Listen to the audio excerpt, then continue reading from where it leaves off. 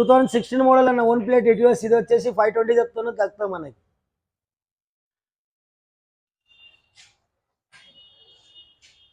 2022 petrol CNG all paper valid ఉంది, ఇది వచ్చేసి 820 చెప్తాను తగ్గుతాం మనకి.